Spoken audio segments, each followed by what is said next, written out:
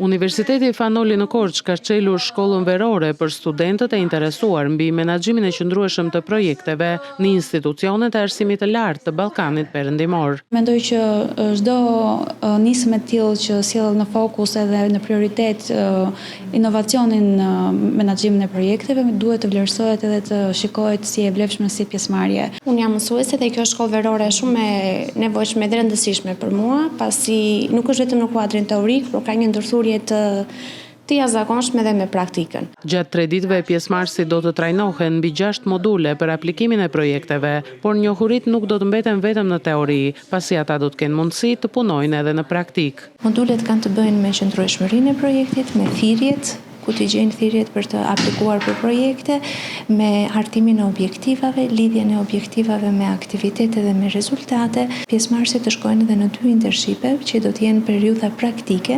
E para do të realizohet pranë Korça Innovation Hub dhe e dyta do të jetë pranë Dorcas Albania.